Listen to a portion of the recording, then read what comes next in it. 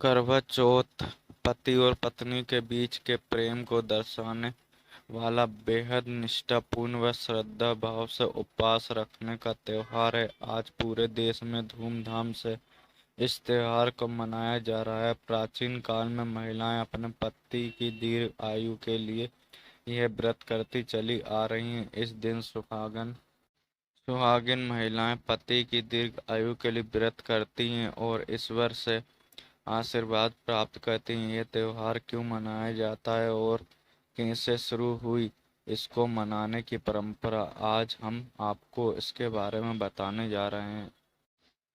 पौराणिक काल से यह मान्यता चली आ रही है कि पतिव्रता सती सावित्री के पति सत्यवान को लेने जब यमराज धरती पर आए तो सत्यवान की पत्नी ने यमराज से अपने पति के प्राण वापस मांगने की प्रार्थना की। उसने यमराज से कहा कि वे उसके सुहाग को वापस लौटा दे, मगर यमराज ने उसकी बात नहीं मानी। इस पर सावित्री अन्न जल त्याग कर अपने पति के मृत शरीर के पास बैठकर विलाप करने लगी। काफी समय तक सावित्री के हठ को देखकर यमराज को उस पर दया आ गई। यमराज ने उससे वर मांगने को कहा।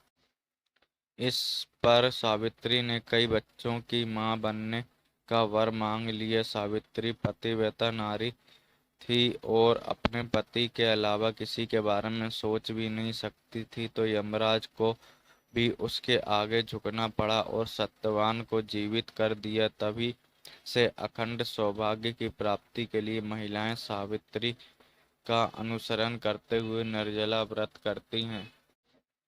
करवा चौथ का व्रत मुख्य रूप से देश के उत्तर और पश्चिम राज्यों की महिलाएं रखती हैं। ऐसा माना जाता है कि प्राचीन काल से ही इन राज्यों के पुरुष सेना में काम करते आ रहे हैं और पुलिस में भर्ती होते रहते हैं, तो इनकी सलामती के लिए इन राज्यों की महिलाएं करवा चौथ का व्रत करती है, जिससे कि उनके पति की दुश्मनों से रक्षा हो सके, उनकी आयु लंबी हो। वहीं जिस वक्त ये त्योहार मनाया जाता है उन दिनों में रबी की फसल यानी गेहूं की फसल बोई जाती है। कुछ स्थानों पर महिलाएं करवा चौथ में गेहूं भी भरकर और भगवान को अर्पित करती हैं ताकि उनके घर में गेहूं की शानदार फसल पैदा हो।